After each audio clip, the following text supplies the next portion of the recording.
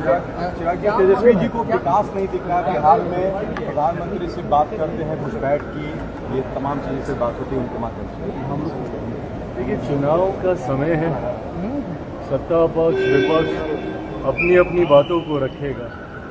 इस बात में कहीं कोई दो राय नहीं है कि जिस तरीके से बिहार में प्रधानमंत्री जी के तीसरी बार प्रधानमंत्री पद की शपथ लेने के बाद एक के बाद एक विकास की बड़ी परियोजनाओं को धरातल पर उतारा गया है, जिसमें सिर्फ शिलान्यास ही नहीं, उद्घाटन भी उसमें शामिल है। आप पटना का ही एयरपोर्ट देख लीजिए, जहाँ पे हम लोग खड़े हैं, कल पूर्णिया का एयरपोर्ट, एम्स हो, अलग अलग क्षेत्र से जुड़े हुए छोटी बड़ी तमाम परियोजनाओं को इस सोच के साथ कि किस तरीके से बिहार को एक विकसित राज्य बनाया जा सके। अब ऐसे में अगर विपक्ष को ये सारी बातें नहीं दिखती और उनको सिर्फ भ्रमित करने वाले मुद्दों को ही जनता के बीच लेकर जाना है, एसआईआर का मुद्दा हो, संविधान का हो, यही सारी बातों को अगर उनको जनता के बीच लेकर जाकर उन्हें भ्रमित करने का ही कार्य करना है, तो ये विपक्ष की सोच हो सकती है। और इसी नकारात्मक सोच ने बिहार का नुकसान किया।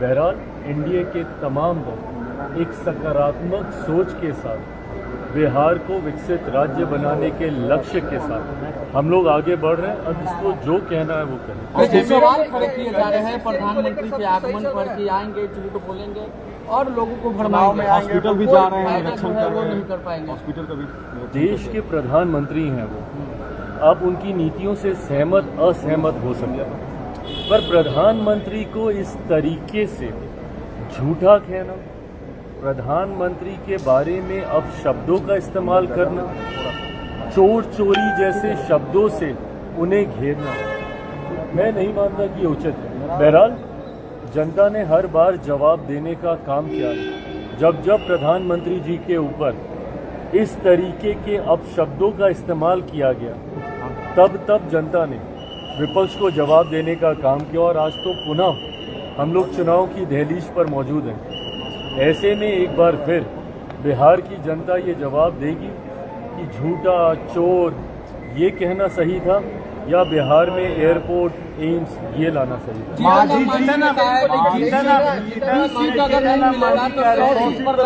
रहे हैं कि 20 सीट नहीं मिला तो नहीं, तो 50 से 100 से क्या लगता है प्रेशर पॉलिटिक्स कर रहे हैं? अपनी पोजीशन जरूर वो कर रहे होंगे, पर हकीकत है कि अभी चर्चाओं की शुरुआत हुई। लंबा समय हम लोग उपराष्ट्रपति जी, नए उपराष्ट्रपति जी के चुनाव में हम लोग व्यस्त थे। अब जबकि नए उपराष्ट्रपति जी ने शपथ ग्रहण करके अपना कार्यालय और अपना कार्यभार संभाल लिया है, मैं मानता हूं कि अब औपचारिक तौर पर जल्द चुनाव को लेकर, सीटों के बंटवारे, सीटों के चयन को लेकर अब चर्चा की शुरुआत शुरू होगी। ऐसे में मुझे लगता है कि इन एंटिसिपेशन ये कहना कि ये मिलेगा तो ये करेंगे, ये मिलेगा वो करेंगे, ये वो अपनी पोजीशनिंग के हिसाब से। वोटर अधिकार यात्रा के बाद तेजस्वी यादव अधिकार यात्रा पर जा रहे हैं, जहानाबाद से उनकी यात्रा की शुरुआत होगी, आप कैसे देखते हैं? शुभकामनाएं।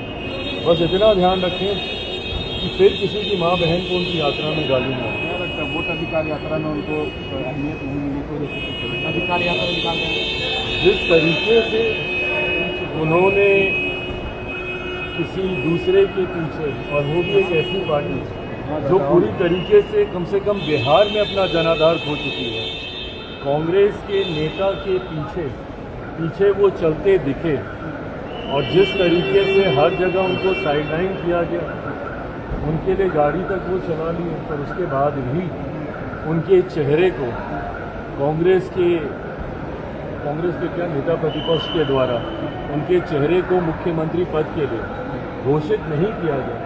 संभवतः ये कारण हो सकता है कि अब वो पुनः एक बार फिर अपना वर्चस्व दिखाने के या अपनी पोजीशनिंग में एक और यात्रा पे निकले। भारत पाकिस्तान का मैच हो रहा है एशिया कप में, और लेकिन लगातार विधानसभा का चुनाव ये सारी बातें पहले पार्टी के भीतर एक बार चर्चा हो जाए, क्यों नहीं कर सकते भैया? अगर राष्ट्रीय अध्यक्ष के बारे में चर्चा हो सकती है तो पार्टी के भारत पाकिस्तान के बीच एशिया कप का मैच चल रहा है आज, और लेकिन सवाल खड़े किए जा रहे हैं कि पहलगाम की घटना हुई और उसके बाद भारत मैच खेल रहा है पाकिस्तान से, कैसे देखते हैं आप?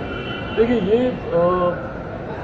फैसला अगर आप व्यक्तिगत तौर पे पूछेंगे तो यकीनन उन भावनाओं को ठेस पहुंचती है जिन्होंने अपनों को, और मैं सिर्फ ये मौजूदा आतंकी हमले का मैं जिक्र नहीं कर रहा, निरंतरता में जिस तरीके से पाकिस्तान ने आतंकियों को, आतंकवाद को बढ़ावा देने का कार्य किया, ऐसे में यकीनन जिन लोगों ने उस पीड़ा को झेला है, सहा है, यकीनन उनकी भावनाओं को ठेस पहुंचती है। परंतु गतवा खेल भावना की सोच के साथ ये फैसला लिया गया होगा, मैं ये मानता हूँ। इस फैसले में मैं, मेरी पार्टी, हम लोग शामिल नहीं थे, तो मैं अधिकृत तौर पे नहीं कह सकता। पर ये कहा जाता है कि खेल भावना, स्पोर्ट्समैन स्पिरिट जिसे कहते हैं, वो इन तमाम चीज़ों से उठकर होती है। उस भावना को भी ध्यान में रखना चाहिए। और कुछ ऐसी चीज़ें हैं जिनको सरहदों में नहीं बांधा जा सकता है, संगीत हो, कला का क्षेत्र हो, इन सारी बातों पर। हाँ, अगर ऐसे में किसी भी भारतीय भावना आहत होती है, उसको ठेस पहुंचती है, तो यकीनन इस खेल से जुड़े हुए नीति निर्माताओं को उस भावना का भी ध्यान जरूर रखना चाहिए। आप लोग सीटों को लेकर बातचीत कर रहे हैं, सीटों का तैयारी आपका LJP-R का कोई ऐसा नया जवाब नहीं है जो मैं आपको सवाल का दूंगा। जब बातें होंगी, जो फैसला होगा, वो आपके सामने सबसे पहले। शादी को लेकर के कह रहे हैं कि शादी करना